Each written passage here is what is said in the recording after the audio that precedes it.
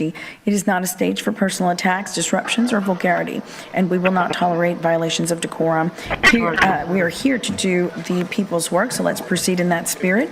If you would like to speak on a specific item during its discussion, you do not need to sign up beforehand. I will ask for public comment when the council considers the item. At that time, you may come up to the podium and speak. I'll ask the city attorney at this time, Miles Risley, to review the council meeting rules of decorum that will appear on the screens above us.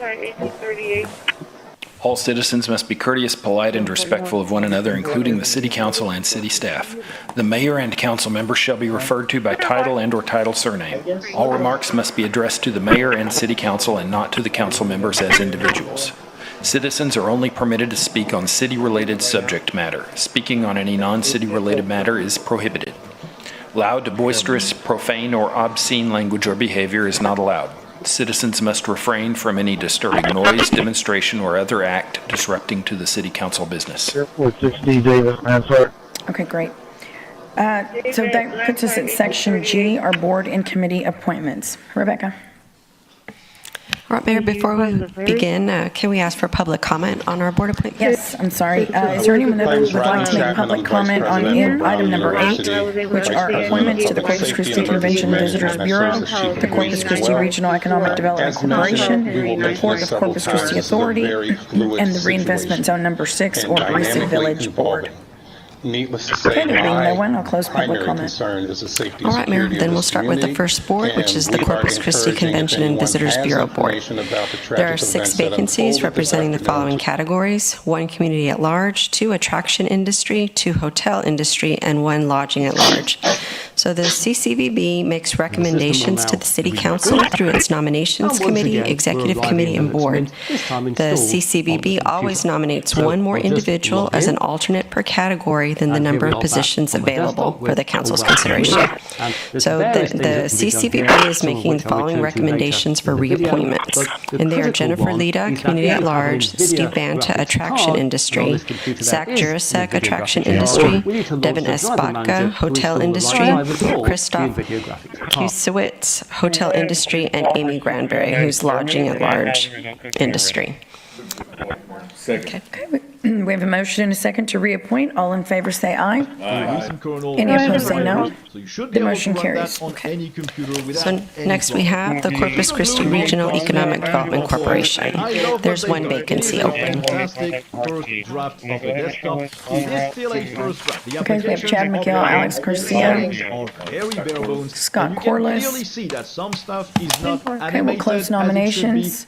And this is for 1 opening, correct? Yes, ma'am. Okay. And I will start with Councilwoman Vaughn. Not sure if it's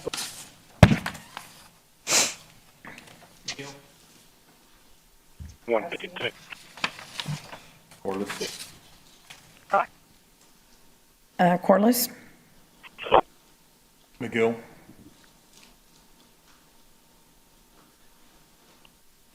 Ms. Paxson? McGill, and layout, at least on the computer with not that many applications pre-installed. Although here, I'm going to go back to my favourite Zorin OS layout, which is a standard Windows-like one, which I still think works best. And it's worth noting when you change your layout, it does change the settings for your panel, or what they do here called the taskbar, Next we have the because Port of Corpus Christi Authority. it's easy for There is people 1 coming from vacancy Windows. open. I had made that slightly bigger, so I'll go back over there, put it Yeah, back to we're opening 64, which for me nominations. Go ahead. is the best size of the taskbar panel.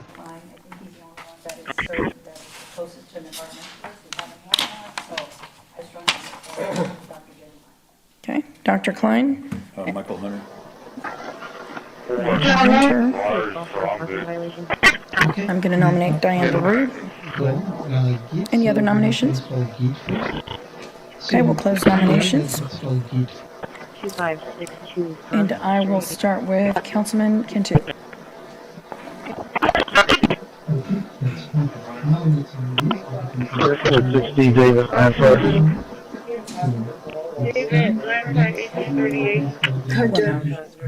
Ms. Paxson?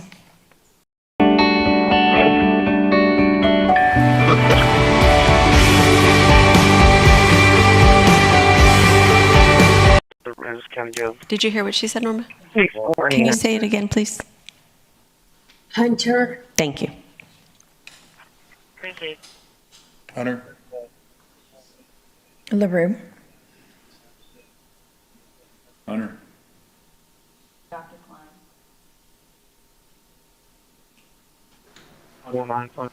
26.04 that will release early next year. You'll have a newer base. I'm pretty sure you'll be able to upgrade in place from 24.04. So this will no longer be a problem, and I don't think it really is one currently. Install your app with Flatpaks and just wait for the update for the Cosmic There's Desktop one from vacancy Cosmic representing the because category you of already city have a landowner or recent kernel, designee, recent and staff drivers. You recommends the should be able to appointment run of that interim on any assistant city computer manager without Dan any McGinn. problem. So to conclude on Cosmic and Your motion Purple, in a second. All in favor, say aye. Aye. Any Ms. Paxson, did you? I'm sorry, we didn't include her. Okay, thank you. So then, additionally, the council appoints a member of the board to serve as chair for a one-year term beginning on January the 1st, 2026. The current chair is Councilmember Kaylin Paxson, and that's for chair. Yeah, just like we do with the other church boards. Okay, Ms. Paxson. Is there a second? Okay, all in favor, say aye. Any opposed, say no. The motion carries. All right, thank you very much, council. Thank you, Ms. Huerta. At this time, we're going to move item number 31 up the chain here. So item number 31 is a resolution authorizing an interlocal agreement with cities of Alice, Beeville, and Mathis regarding sharing of resources to improve water and wastewater services. Thank you, Mayor. Just a couple of quick comments, and as you stated earlier, we have representatives of Alice and Mathis and Beeville. Actually, the representatives of Mathis had to depart for a meeting. But one thing I wanted to say is we continue to work with our partners throughout the region. We've collaborated for a long time with Alice, Mathis, and Beeville. Recently, during one of our water meetings, we talked about formalizing the collaborative agreements so that we could share resources. When we talk about that, we at CCW were blessed with a strong engineering team. We're blessed with a strong operations team, and we want to be able to share those resources with these communities as needed. And it goes both ways. Both Alice, Mathis, and Beeville can share resources with us as well. We feel that it's a strong commitment when we all work together, and it certainly makes life a lot easier when we're trying to solve these difficult problems together. Mayor, with your permission, I believe Michael Esparza would like to say something, if you don't mind. Absolutely. It's really detected in any other organization. We'll first close down the virtual machine. Mayor and Council, good morning. For the record, my name is Michael Esparza, City Manager for the City of Alice. I want to thank you for the opportunity to be here with my colleagues from Beeville and Mathis. Especially want to recognize the City Manager, Peter Zanoni, and Corpus Christi Water COO, Nick Winkleman, So, for example, we could type for the steady open line of communication and the spirit of partnership they've shown us throughout this process. In Alice, we've been very intentional about doing our part for the regional system. For the last 6 months, we've been operating on desalinated brackish water, and today, right about half of our water comes from the ground. And that means that we're drawing, we've lessened our draw from Lake Corpus Christi by half as well. So before this project, getting this project online, our goal is to be as self-sufficient as possible, and we still want to be a reliable regional partner to Corpus Christi. So this interlocal agreement, it's a vehicle that lets us formalize and build on that work. So if you look at section 1, it lays out a clear purpose, which is to develop a process for sharing resources so we can improve water and wastewater services in all of our communities. And like Nick said, smaller cities like Alice and Beeville and Mathis, we do not have the in-house engineering depth that the city of Corpus Christi has. And section 2 is important because it allows your engineering and consulting teams to assist the participating cities with well reviews, with supply planning, and other water and wastewater projects. That expertise can really make a difference for cities like us. Those are exactly the kind efforts and investments that we've made to stand on our own feet in Alice and move us in the direction of a more connected and resilient regional water approach.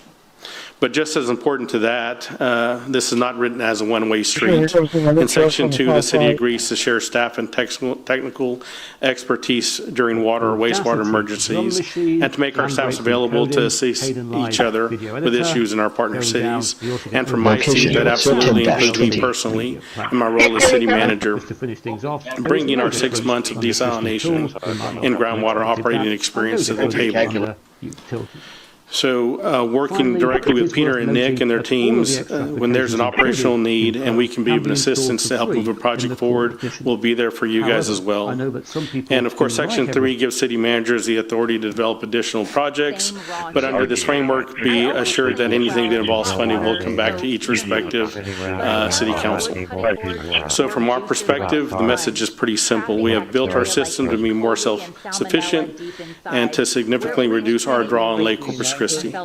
We're planning by the end of the first quarter of 2026 to reduce our usage by roughly 90%, which will further lessen the overall water demand that Alice places on Corpus Christi's regional system. This interlocal agreement gives us the structure to keep doing that, sharing experience, coordinating projects, and looking at water the way water really works, which is regionally. On behalf of the City of Alice, I respectfully ask for your support and look forward to continuing this partnership with Corpus Christi, Beeville, and Mathis. Thank you. Thank you, Mr. Esparza. We really appreciate it. We appreciate everybody that's here, your colleagues, in this partnership. And so I'm really grateful that our staff worked well, and you all stepped forward too, because as everyone knows, and I know it's a little cliche, but working together, we're stronger. So thank you for your comments today. Councilwoman Vaughn. I think this is a wonderful idea. It should have been done years ago.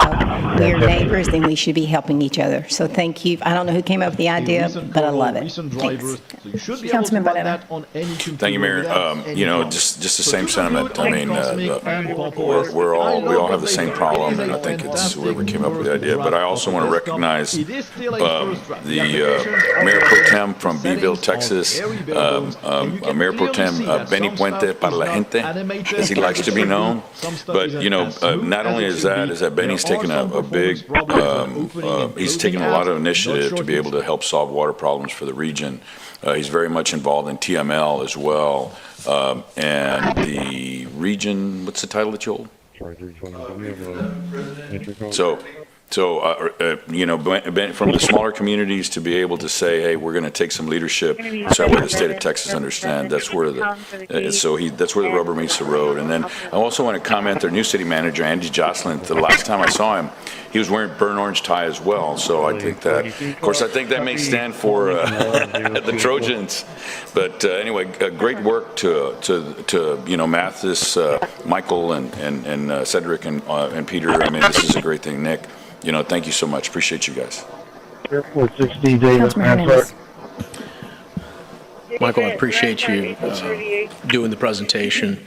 And I've said this to you personally, but I think you guys in Alice are, geniuses to do the brackish water desalination first. You had foresight 5 years in advance, and you guys don't deserve enough credit for the work that you've done. And so you've allowed us to keep some of our water back from Lake Corpus Christi. So I appreciate you and the efforts you and your city council have done in Alice, and I just want to identify that publicly, that you guys look like the smartest people in the room right now. Of course I have to. And I do appreciate you offering the working with the city of Corpus Christi as well as the other cities to kind of help us solve this problem that we're facing. And your expertise and foresight are invaluable with regards to that. So thank you. Well, my city council and our mayor are very supportive of this agreement, obviously, because they approved it. But looking at us, we were almost at the tail end of completing our project, and what we talked about is we're not just isolated, because there's a line of cars driving to Corpus Christi for work every day. So if we can help however we can, we'll be glad to do it. Great. Thank you. Councilman Roy.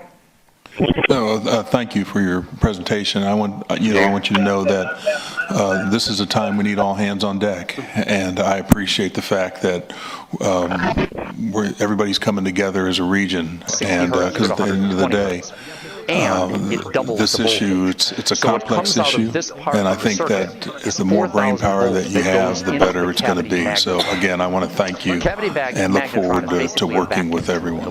Thank you. Councilwoman Corpus. Thank you so much, Mayor. And yes, I just also want to make sure that I extend my agreement that this should have probably have been done years ago, but we're not going to go there, right? We're here now, and I think this is the best approach to our water, issues, is that we all need to be working together. And just out of curiosity, how much water do you get from your desalination plant? Right now, we're getting about 1.5 million gallons a day. We're scheduled to be full-fledged at 3 million gallons a day at the end of the first quarter of 2026. Okay, and with the 3 million gallons a day, that will fulfill the 90%? Is that what you said? Well, we always want to do a little bit of our surface water to keep our plant active. Now, it doesn't always have to come from Lake Corpus Christi, because we have a terminal reservoir, Lake Finley, as well. So when we fill that gives us at any given time 45 days of water. So, just kind of like how you guys choke Canyon to Lake Corpus Christi, well, we're Lake Corpus Christi to Lake Finley, and so we have that buffer as well, so we have multiple sources. But once we get full-fledged on desalination, our average usage can be about 3 million gallons to 3.2 sometimes. And so Lake Corpus Christi, Lake Finley will be able to get that going. So we're still estimating, and we budget to pull some water and pay for that water to you guys, but we're hoping we won't need that. So the 90% is we may have 10% of the water that we'll be drawing. And the way we're looking at it also from the standpoint of the draw from Lake Corpus Christi, Mathis and Beeville and Alice, we're the three that are in the same boat buying that raw water from you guys. And so that is a water demand that Corpus Christi has as a whole. And once Beeville gets their project going, and we do, that just helps the whole region, because there'll be additional water left there. Yeah. And Beeville and Alice are a little bit about the same. We're at 3 million gallons a day, but remember, when we pull that from Lake Corpus Christi, there's evaporation. So we're not just pulling 3 million, we may be pulling 6 million gallons a day at any given time. To set in Lake Finley, and then of course it evaporates, we have to pay for that as well. So anything that we do is definitely going to help. But yes, we produce 3 million gallons a day, and we do have a take or pay with the company that we're using, 7 Seas, and we're at a 2.7 million gallons a day on our take or pay. And we're going to, that at any given time, will be closer to the 3 any given day. I haven't kept up with the Beeville. I don't know if I know that they were also going through a drought, but I don't know what they're looking at now. But it's like Councilman Hernandez said, y'all have been forward thinkers, and I just wanted to assure the people that we are looking out for the whole region, and I'm glad that y'all are doing your part, so I appreciate that. Yes, Windows 11. Thank you. And I also want to make sure we're offline. Thank you, Mr. Esparza. Thank you. Gentlemen, would y'all like to? Thank you, Mayor, City Council, Andy Joslin, City Manager, City of Beeville. On behalf of Mayor Michael Willow and Mayor Pro Tem Benny Puente, we thank you for your partnership. December the 9th, 2025, our City Council took action to approve this interlocal agreement, because we know how important it is. I'm originally from Alice, and resided in the city of Corpus Christi for a number of years, so I'm very familiar with the region and the needs that we may have. So as far as specifics about what the city of Beeville is doing, I know my Mayor Pro Tem has been involved a lot longer than I have, so I'm going to turn it over to him. By electronic phasing. So even back Thank you, City Council, Mayor. Thank you so much for this. Mr. Peter Zanoni, thank you for organizing these meetings. We really appreciate it, and the engineering is what we're really going to take advantage of. Second, third looks, advice from your staff, from the CC Water. But our project, Councilwoman Campos, we're doing a inland desalination project as well. We have 2 wells that should be ready for pumping into our distribution system around the February-March timeframe. And we're working with TCEQ and TWDB, getting their advice and guidance, also with Garver Engineering that's in charge of our project. But we have plans on putting those 2 online and getting about 2 million gallons a day from those 2 existing wells. And then we're going to drill a brand new well that would give us an additional million. And then we have 1 million coming from 4 other wells out at our Chasefield plant that we did a few years back to diversify our system. But same as Alice, you know, eventually we want to stop pulling as much water from the lake, you know, to help Corpus and other communities with their surface water needs. But again, we will be pulling still some water. We do need that source for our diversification plan. But this is very important to our community, this partnership. I've always thought of Corpus as our big brother, and y'all are my colleagues, each one of you. We work together on the TML boards and things like that, but this is just a level of comfortability that we have in our community now that we know Corpus is basically putting us under your wing, and as well as Alice and Mathis, you know, we're just one big team. And I said this earlier, but when Corpus is successful and when Corpus does well, we all do well in the coastal bend. So everyone's watching you, everyone's paying attention to what you're doing, everyone's cheering you guys on. I know that, you know, it's hard to agree on things sometimes, but that's what's beautiful about our country. You know, we have our own opinions, we represent our own individual constituents and areas, and I just applaud you for the work that y'all have done, whether I agree with you or not. I'm a big fan of each of you, but thank you for what you're doing for us, and I can't tell you enough. God bless you, I love you guys, and I just wish the best for Corpus, because again, when Corpus does well, the entire coastal bend does well. So thank you all very much. Thank you, and thank you for those kind words and for being here. It means a lot that you all feel that way. It really, really does, and we don't take that lightly. The partnership is very precious and obviously critical. So we're glad that we can be here and do as much as we can together. Councilman Boyd. Sir, the only thing I had to say was airborne all the way. Councilwoman Campos. And I just wanted to, I guess, throw out a shout out to TML. Obviously, I don't get around as much as Roland, as Councilman Barrera does. So I do appreciate all the work that TML does, but I didn't realize how active you were. So again, thank you for being, like you said, just part of this, you know, organic thing, not organic, but part of this region that we all, you know, we worried about you guys. You know, we worried about Beeville and Alice. Alice seems to already be on their way, but yes, I was very deeply concerned about what was going on, and I wanted to make sure that the people knew that we have a plan and that you all are working on it. So again, thank you. Okay, I'm going to go ahead and open public comment. Is there anybody that would like to make comment on item number 31? Okay, there being no one, we'll close public comment, and I will entertain a motion to approve. Okay, we have a motion and a second. Please submit your vote. Ms. Paxson?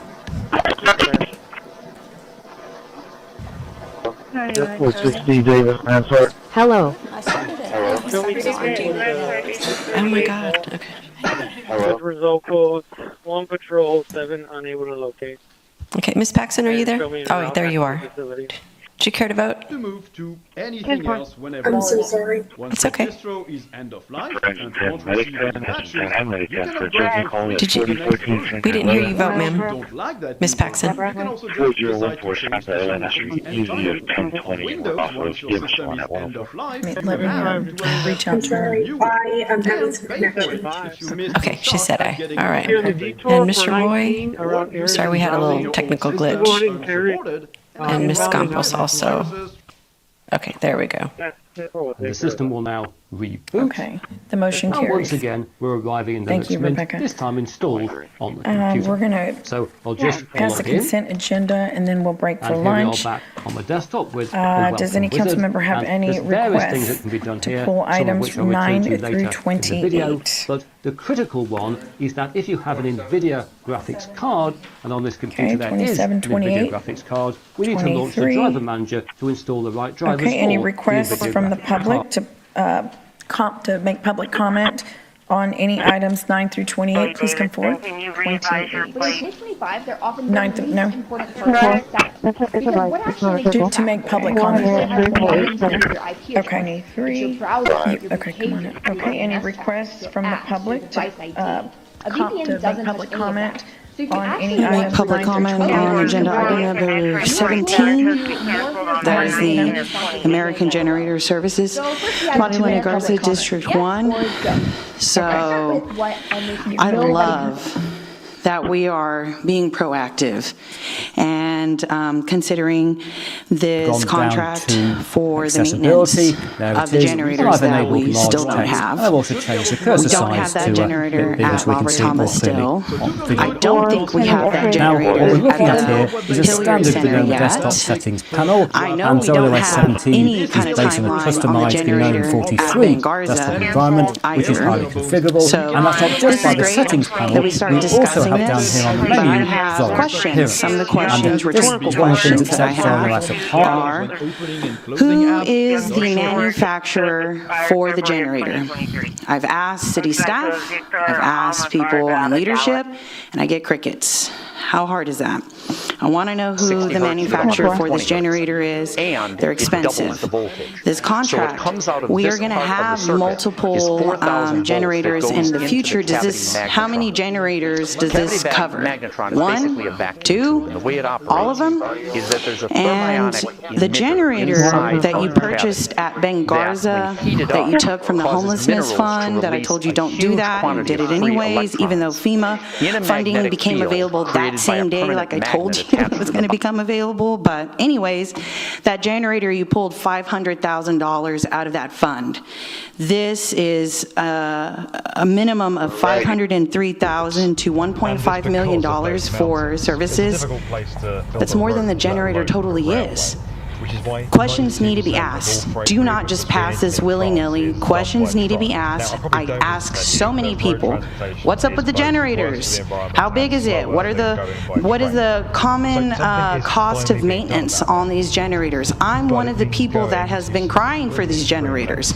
I don't want to get a generator that is going to fail on us. I want to make sure that we have a reasonable amount set for the maintenance of it, because you know what? When it comes to a lot of this stuff, when it comes to the taxpayer money, a lot of the money goes missing. And the thing is still broken, and I'm like, I thought we had money set aside for this. Oh, we didn't set aside enough, or oh, we got all this stuff going on. So, questions need to be asked now on this generator. We're going to have several of them.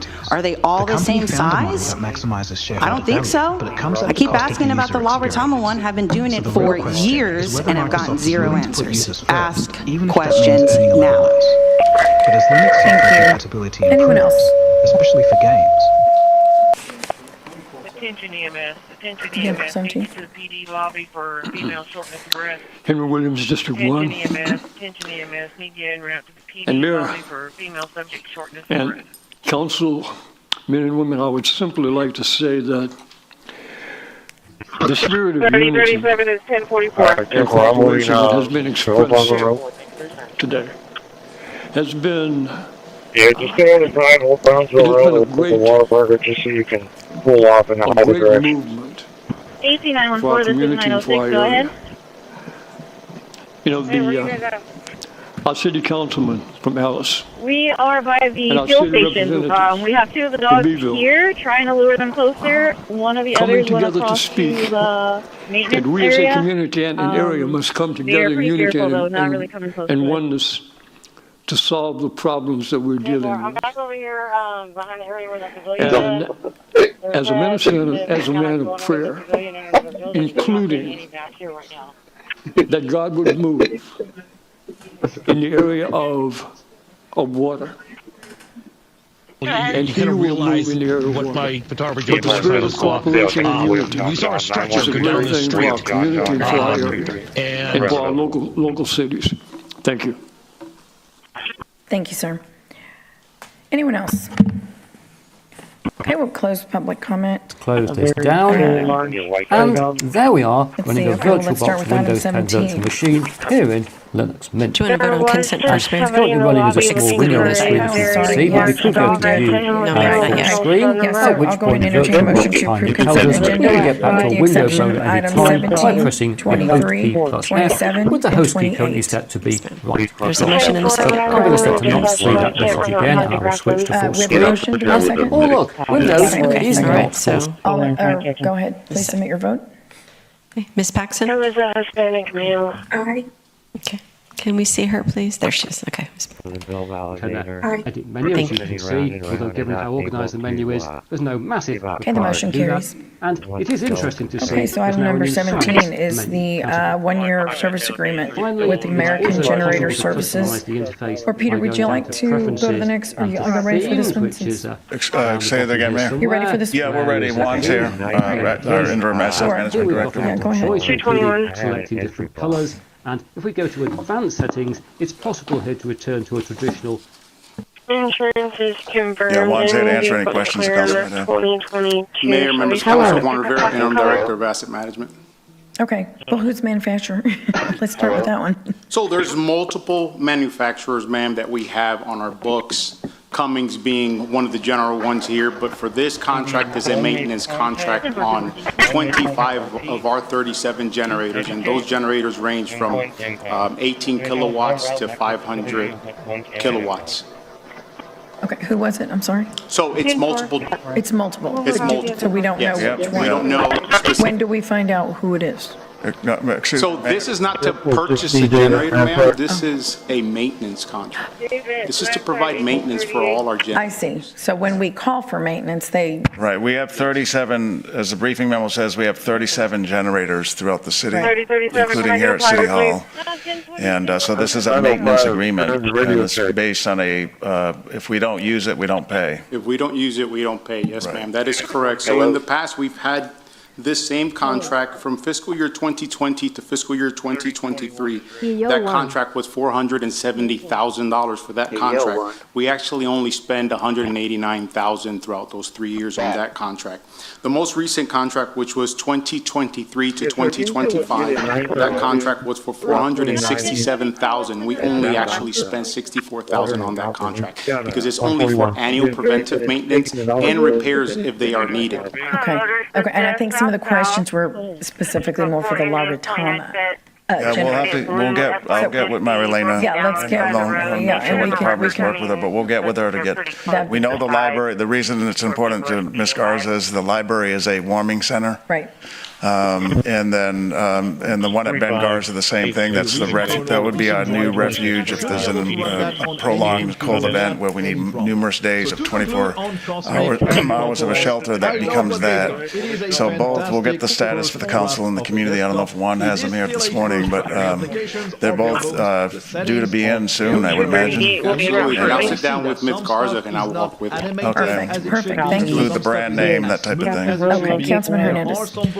Okay, so this agreement is for existing generators, not the new generators that we're talking about. Yes, sir. So when those generators come online, you'll make an addendum to this preventive maintenance or have a new. Yes, sir. Okay. Downline. The other side of this is that this is And for from our preventive maintenance launch time and shift, we've got a little repairs. message again So you both telling us about it. preventative There and it is. reactive. We saw that just before So how much we of that rebooted. of We could launch this time contract shift is from used for here, preventative but if you maintenance? haven't got this How coming much up, of the you can also contract, so launch we it have from a the specific menu. number, We can and go when to that individual administration gets the call, and we down can the bottom there is time shift. Let's There's not a launch it specific set that way. And amount again, for the authenticate. contract throughout every year. They have And here we are 500,000 running the time shift first on the run. contract. There's no For way this we're year, gonna we'll it's just go through and select the defaults. 503,000 with two one-year options for them to come. But when they do come, they charge us, they send us the invoice for the preventive maintenance. No, okay, so let me take a step back here. With preventive maintenance, you have annual maintenance, you have quarterly, whatever associated with that. Now, I'm assuming they're not doing all the maintenance all the preventive maintenance, just the major preventive maintenance? Yes, the preventive maintenance that's on this contract are for 350 kW all the way to 500, because that actually exceeds our technicians' expertise. So Okay. the preventive maintenance is only for 350 kilowatts all the way to 500. And all this is being documented in Maximo? Absolutely, yes, sir. Okay. And then everything below 350 kilowatts is maintained internal by the city staff. Preventive maintenance, which is annual services on Okay. these generators. So I'm huge on preventive maintenance, in case you hadn't heard, right? Just in case. So I really, truly appreciate this contract coming to us, making sure that we maintain what we have with regards to this equipment, especially now this one. And what didn't say it specifically, but are these for the diesel generators only, or is also apply to gas generators? So we also have gas generators as part of our assets, so it includes both. But for this specific contract, out of our 37 generators that we have, 12 are already under a different Cummins contract. Okay. This is for the 25 remaining. And these are all diesel or diesel and natural gas? Diesel and natural gas. Okay, I appreciate it. Thank you very much for explaining. Yes, sir. Councilman Cantu. So when they're ready to install, How old is the oldest generator do we have in our inventory? 1986, sir, and it's the one that's sitting here at City Hall. 1986. And it's broken. And it's currently broken. Yeah. So we did have to rent one. We have a 500 kilowatt generator that's currently rented and it's sitting out back. So this $503,000 is not going, we're not going to cut them a check, that's just going to be in case In they case, do that's some just repairs. services, whenever they conduct that services. they'll Up to $1.5 million. And that's going to be for parts and Here we labor. are back on my desktop. And then with the Welcome generators Visit, that we there's just various bought, things that can be done here, some of which I'll return to later in the video. What kind of warranties do we have on them? The critical one is I don't that have if the you have an specifics on those NVIDIA warranties. I would have to get card, back to you, and on sir. this But computer there's some is warranties on it, NVIDIA right? graphics Warranties on card, those we need generators. to launch the driver 10 manager years? to install I the don't right know drivers specifically, for sir. the NVIDIA graphics card. And just to be clear, Okay, if you have thanks. Intel Yeah, or Councilman, AMD thanks for bringing graphics, that up, the best because drivers will the already City be Hall generator installed. just Here for NVIDIA, we'll just became inoperable last week or so. Yes, sir, last week. Last week, Caught so, it during our weekly turn on maintenance. right, so we'll let the council know now. So the City Hall does have two generators, one is newer, let's see, Once is new, 2012, sir. 2012, that one, half the building's on one generator and other functions are on another one. That's the way they configured it here. So we had to get a rental unit just in case, because the one that did go out of operation powers the IT system, and so we need that to make sure if there's an outage that our IT systems work. So we're renting one and we're developing cost proposals, and they'll be part of the budget for next year. Okay, thank you for that. Councilwoman Paxson. Councilwoman Paxson has a comment, question. Thank you, Mayor. Is it possible to pull the bid tab up for the presentation portion? Is it possible to add that right now? Big tabulation. It's in our packet, but is it possible to bring that up? Yeah, put it over there, one with there's a thing right there. Fighter pilots from Robert Okay. Camera, the eye in the sky. Yes, sir. How about under the Christmas tree and what you've done tonight? Yeah, AV control, if you can focus on the counter there. Finally tonight here, our Made in America Christmas. There This you go. December, we have been Okay. all over this country, and one idea will have you flying high tonight. I think I can zoom in, maybe. Using counting, our Made in America Christmas, opening What doors, is that shaking document, hands. Peter? This is the bid tab that we did. It was a solicitation, pick the right. recommended vendor. Right. So this shows the three vendors that we looked at: American Generator, Fleet Solutions, Location, what's your 10 dash Genserve. 20? So it looks like you have items 1 and 2, it's the on-call support, if I'm understanding that correct, up to 400 and 1,000 hours per year. Below that, items 3 through 9 are the other services that we are going to contract into regular maintenance. And it's showing an annual unit at 1 quantity per year with the cost associated. So we have Health Department, City Hall, Police Department, Frost Bank, Utilities, Pump station at Staples, utilities, navigation pump station, and the fleet. Bad decisions. So what I would presume is that Curiously, these locations have multiple generators because there's only about 6 listed here, so there's 7, and you said this is going to cover about 20 or 21 different generators. So they were able to issue us a unit cost for each of that annual service.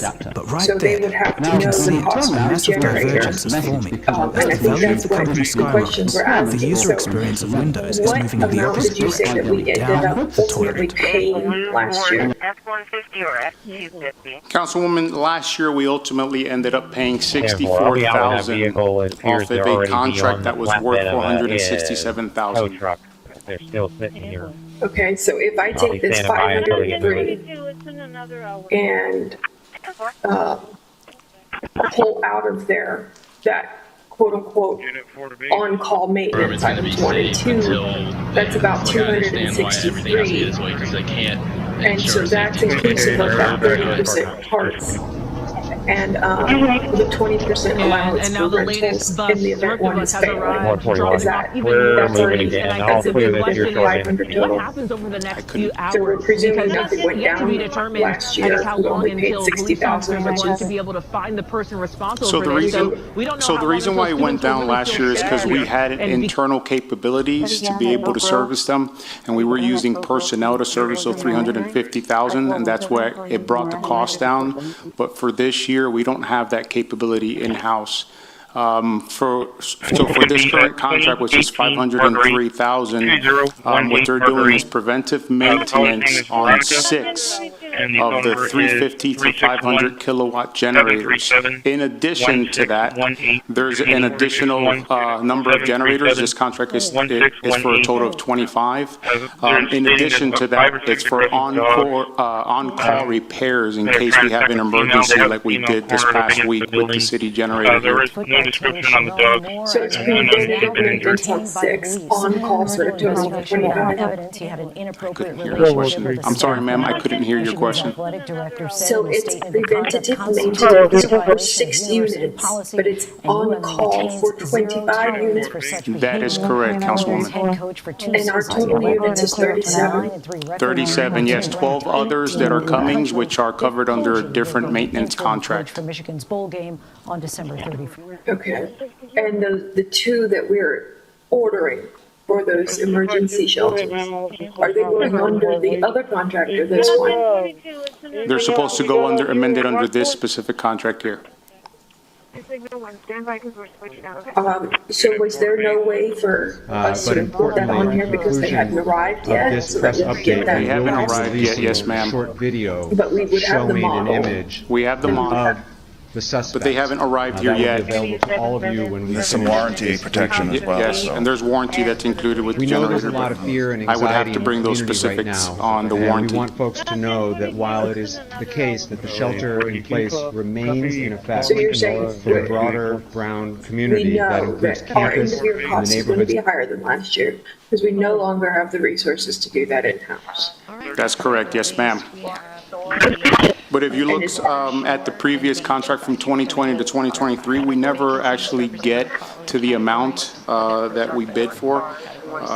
So the contract for 2020 to 2023, we only actually expended $189,000 on that contract that was worth $470,000. So they do a very, very good job when they come in and they do that preventive maintenance, which actually reduces the amount of times that we have to come in and call in for a repair. Mhm. Okay, so on the other contract, do we have the other 31 being annually maintained?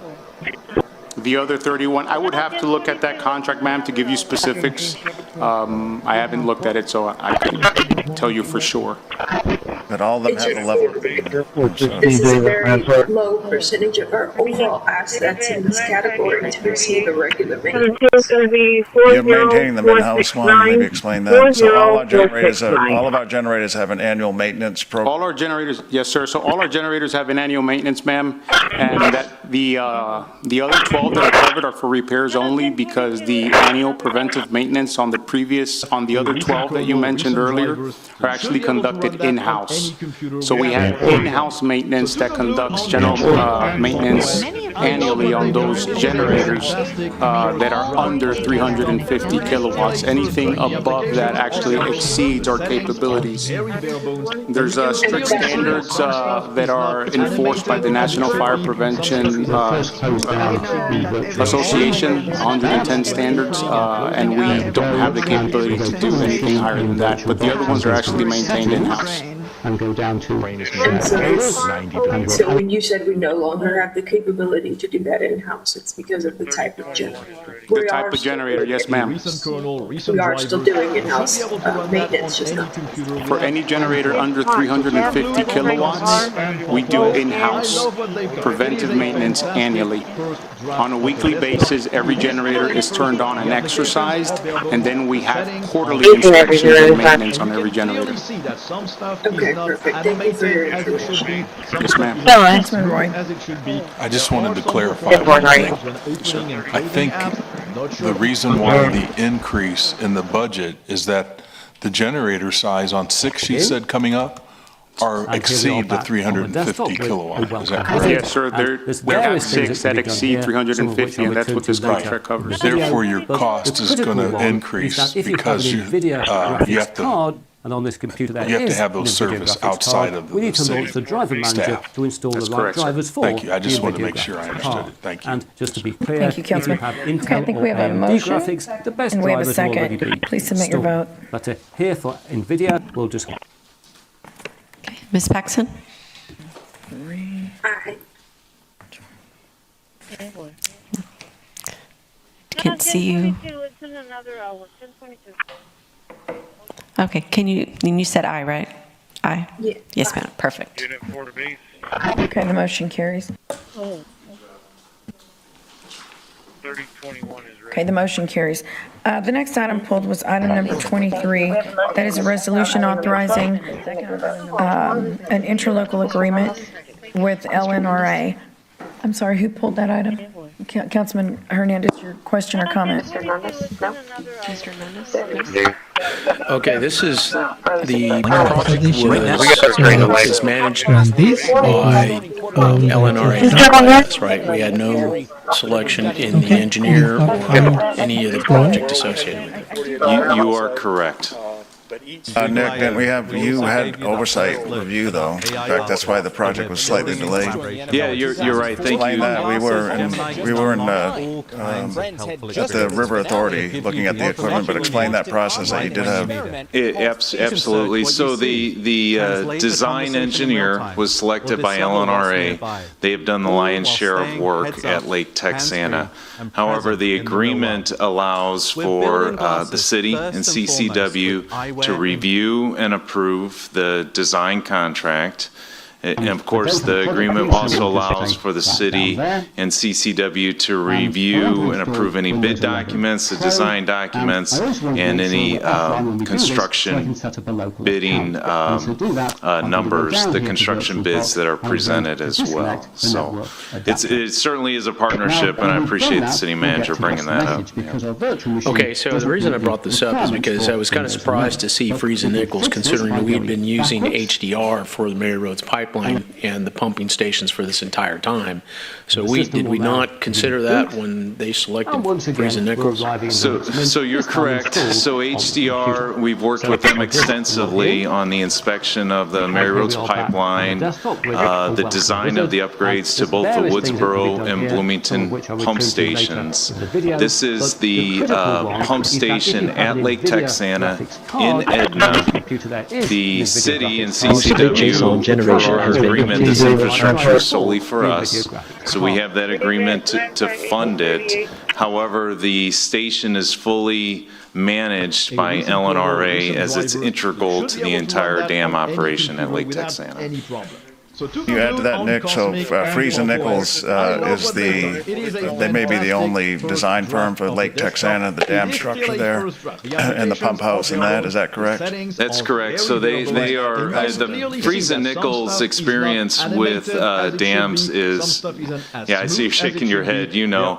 And then, of course, they've been involved with LNRA from the beginning, and they are very knowledgeable of that pump station itself, whereas the work that's done at Bloomington and Woodsboro was completed by HDR. Okay, I'm well aware that Freeze and Nichols' expertise is in dams, probably the best in the state. So I didn't know if this was tied to that in some aspect, but since it was a pump station affecting the Mary Roads pipeline, I thought you'd want some consistency there. We salute their service, our fighter pilots, and we salute the workers. Yeah, I would say that there was a little bit of a delay there. There were a number of requests the CCW made to be further involved, to have a little bit of more oversight Are you going to have HDR do any kind of, input or overview? What do they call that? Peer review? Peer review or something along those lines. I mean, just, this is the majority of our water now, right? And I don't want it to, one engineer over here and over there and then pointing fingers at each other, right? So just, when you have that situation, it's not contiguous with one person being responsible. You can have those issues. So I bring that up because, we didn't select them. There was no bid tab. It was just us agreeing to it. But if you took it into that into consideration, I would still have HDR, look over their shoulder. That's correct. Yes, sir. And if I could just further explain the project. So the project allows for a permanent installation of a spare, of a redundant, 1,250 horsepower vertical pump. If the other pump goes down, we can start the other one without having to pull the pump and read it. Is that what we're trying to do here? Yeah. I understand the redundancy. Make sure we stay at Schedule 4. Motion carries. Like I said, just the concern there is that you have two engineers working on the same thing.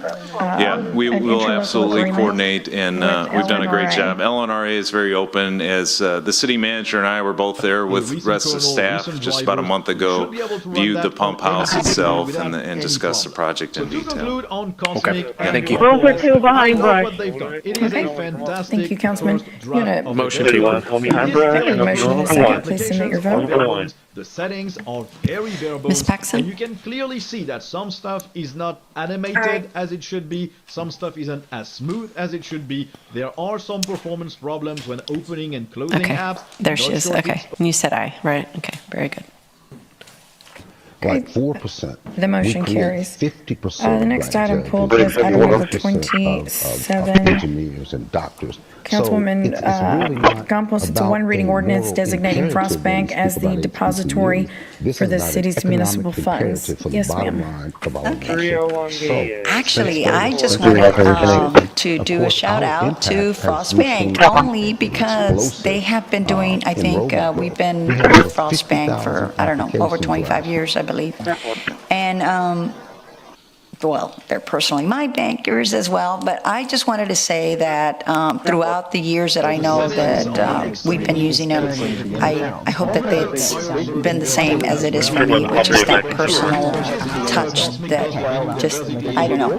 I just felt like we needed to hear more, that this is the bank that we're using, which is a regional bank and has done a fantastic job. So, really, I really didn't want to say anything except that they've done a great job. So with that, I make a motion to approve. Okay, we have a motion in a second. Councilman Cantu? Yeah. Question. The only bank we use for our city accounts is Frost Bank, correct? Yes, sir. Is there a reason why we don't use small community banks in Corpus Christi? Yes, so. Is Frost Bank, for the record, is like a statewide bank, correct? Yes, sir, it's the state of Texas. So we have First Community Bank, we have Charter Bank, we have Valley Bank of Texas, there's other couple small ones in town. So I was just wondering, why is that? Yes, Senator Gavin, Director of Finance and Procurement. So the reasons municipalities do contract with large national banks is the collateral requirements. And so most community banks can secure the city's funding up to $250,000, which is similar to your local personal funds. But the city does require insurance above that to protect the taxpayers' money. And so what these banks have to do is provide what's called collateral, or basically ensure that our funds above that $250,000 is secured. And so there's a huge cost to that. And so your local community banks or credit unions aren't able to provide that service. Got it, so they can't get an extra insurance policy with in my experience with multiple cities, whenever we go out for requests for applications, typically your major banks are the ones that are responding. These local banks aren't able to compete. One is the collateral that's required. Two, it is the requirements we have for fraud, as far as we do a lot of electronic transactions, so we require a platform to do all of our transactions online to monitor those transactions. And so some of the smaller banks don't have that technology yet to help offer that additional fraud protection. And so typically you'll see a lot of major banks respond. Got it. I appreciate it. Thank you. The settings are very bare bones, and you Okay, ready, motion, do we have a second? Driver coming off of China Lane onto Main Street, can be a white Mustang, stop full north, Ms. Paxson? Apps. Not sure if it's 10-4, does you want contact name? Negative. Did you say aye? Yeah. Aye. Okay.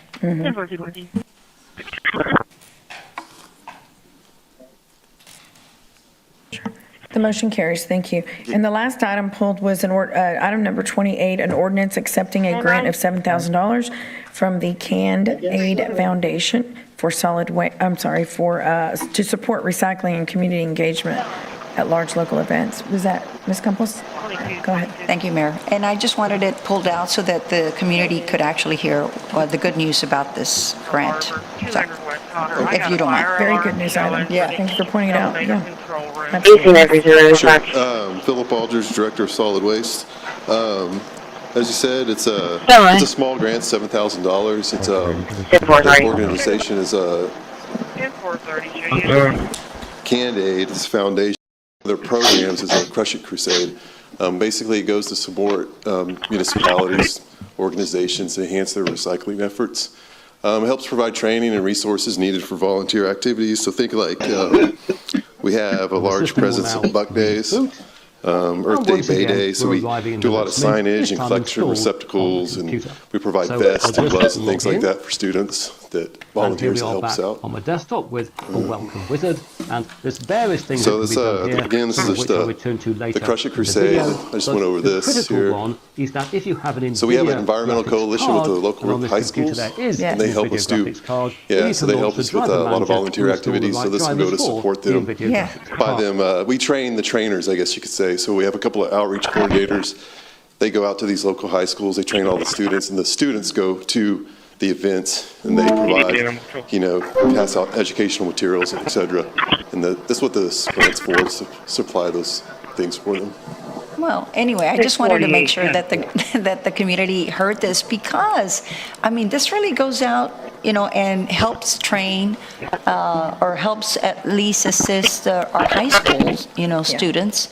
And again, to show back again what we all can do for the environment. And, it may be just a small amount of $7,000, but it's a lot for the students and a lot for us. So again, I just wanted the public to hear that. So with that, I make a motion to. You'll see the font has been substituted because it's not available. And similarly, this is Verdana, and this is a Comic Sans, and these aren't installed by default in Linux. But we can fix that, because if we close this down, I can go to a encoding as well. For now, we'll go to a terminal. Sorry, Ms. Paxson. And I'm going to type sudo apt install mst core fonts and okay, the motion carries. and it'll ask So for at my this time, password, the which of council is course I going to have go into executive session on items 36 through 38 per Texas Government Code Section 551.071, 551.072, and 551.087. And then we'll come back and do items 29 through 35. Mayor, I think we just want to get a quick picture with our partners from the three cities. Absolutely, we would love that. Okay, well, we will return. Marguerite, 2018 Marguerite. Terminator on.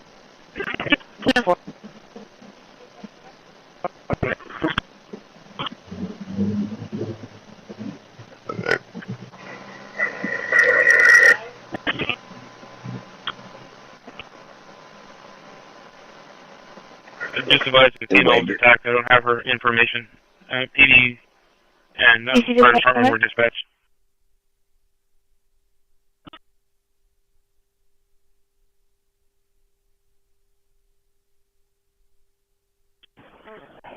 Can you just advise when more information is available? Well, 20, after y'all, you want to come out? Dispatch, tell me to remind you.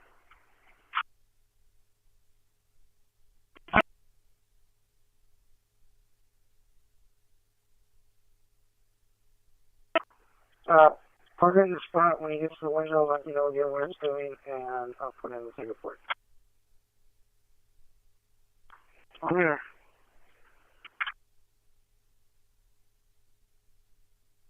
$26, could be call for now. Okay.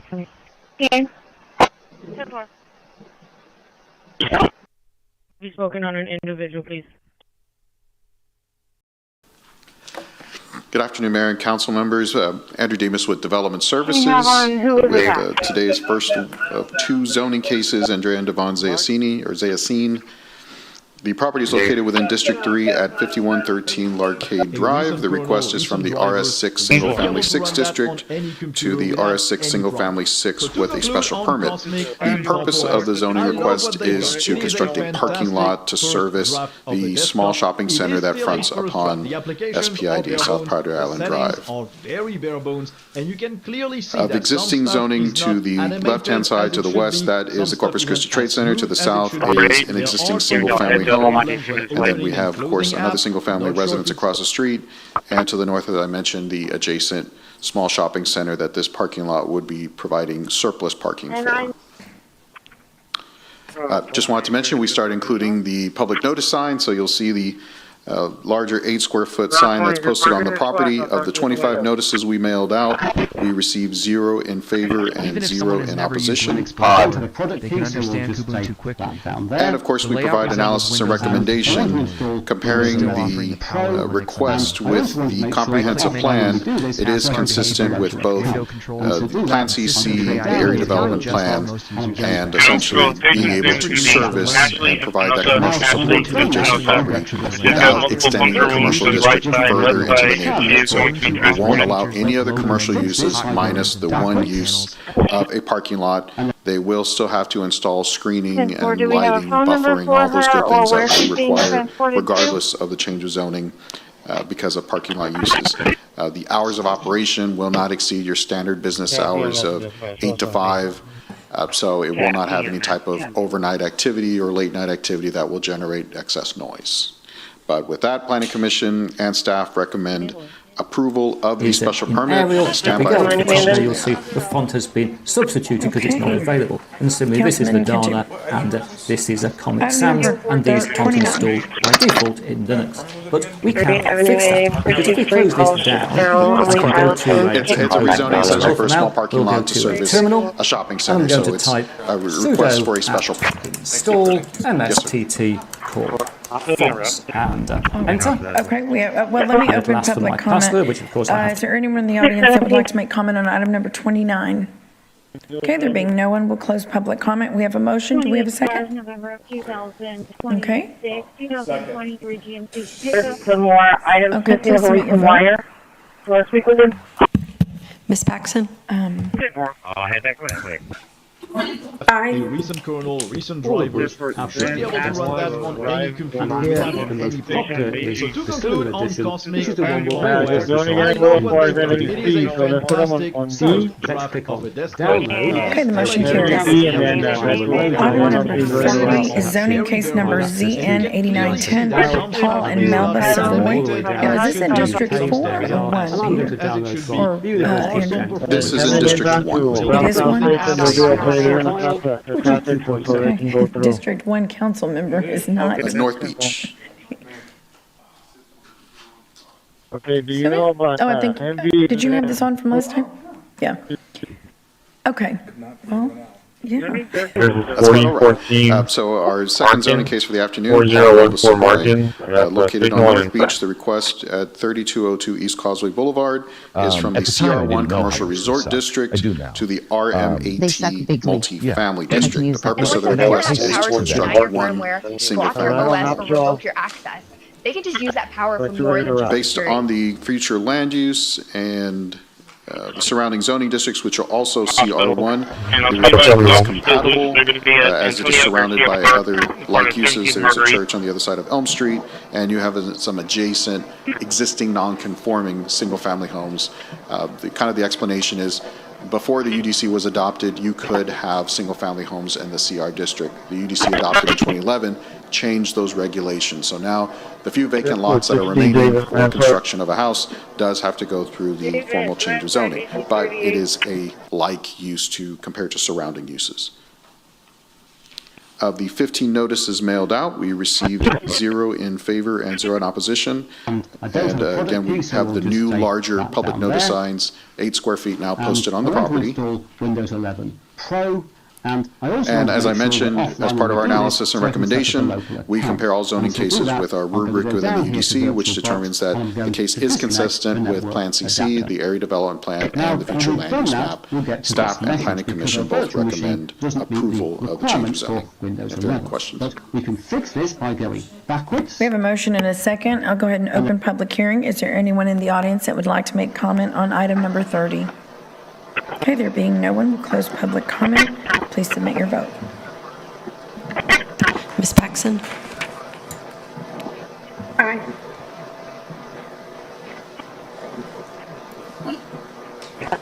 The motion carries. Item number 31 was heard earlier this morning, so we go to item number 32. That is a resolution authorizing execution of an interlocal cooperation agreement with Nueces County for participation in the tax increment reinvestment zone number 7, or TERS 7. Good afternoon, Mayor, Council members. Daniel McGinn, Interim Assistant City Manager. If you don't mind, I'd like to take items 33 first. 33 and 32 kind of go together, just to kind of the flow of the presentation. Let me read 33 again. So number 33, item number 33 is an ordinance of the City Council of the City of Corpus Christi, Texas, designating a contiguous geographic area within the extraterritorial jurisdictional limits of the city as a tax increment reinvestment zone pursuant to Chapter 311 of the Texas Tax Code, to be known as Reinvestment Zone Number 7. Thank you. This next item, it's an ordinance creating a new TERS District Number 7 within the London area. This item was presented last summer by Arturo and Heather. With the final direction from council at that time was to work with the county to develop the interlocal agreement and then come back to council to create the zone and then finalize the interlocal, which brings us here today. So the tax increment reinvestment zone, this is a slide I know you all have seen quite a bit, but it's a special district, allows the focus is to kind of attract new investment into an area that may not otherwise occur. It's something that's provided for in Texas Code 311, and for this particular one, these funds will be generated within the zone and then go back to the particular project, kind of like a subzone. Similar we have on the island with the White Cap project, that some of those funds are going to be staying within that project along with the Lake Padre. So the vision for this particular zone, this is an area that's a lot of greenfield development. This is going to allow for better planning of how we push out infrastructure and to promote residential and commercial growth. It's going to enhance, hopefully we'll have some park trail development within the zone, improving quality of life. It's going to attract a new tax base and support new development in this undeveloped area. And again, this area does lack a lot of the necessary infrastructure, so this TERS will allow us to focus really on delivery of road, wastewater, water, and road infrastructure. This is the proposed zone for the area. This is exactly what was presented back in the summertime. This zone is completely all the spaces outside of the city limits. The exception is we did, in working with the county, they had requested some properties be excluded in order for them to participate, and so we're honoring that request in our proposal here. They had asked that we remove a couple parcels that contained vertical construction on them, and so again, this map is what was presented back in the summertime. So why the TERS in this area? It's, again, primarily this is undeveloped area. It's all going to be currently outside of our city limits. It lacks the infrastructure. Much of this existing development in and around this area is the half-acre to 1-acre lots because we really don't have much wastewater other than the northern area in and around the school. And so this TERS will be a bit different than some of the other ones that we've had. It will go towards private development and help them with their infrastructure needs. And part of the condition is that they do request to be annexed. That will be a provision that will be in place and required to participate in the TERS. They'll be contributing, again, like as a subzone, so all of the increment will stay within that particular project area and will help them defray some of the costs for infrastructure, for roads, for wastewater. These are we're currently working with the Marabella sites identified in yellow. They will be likely the first subzone that's created. We have subsequent agreements that will be needed to work with them. They'll likely also be a HID, which we're also working with them on. And then the property to the north, the proper, will be likely a second subzone that's created. And again, the increment will stay within those particular zones and help them with their infrastructure costs. So the terms for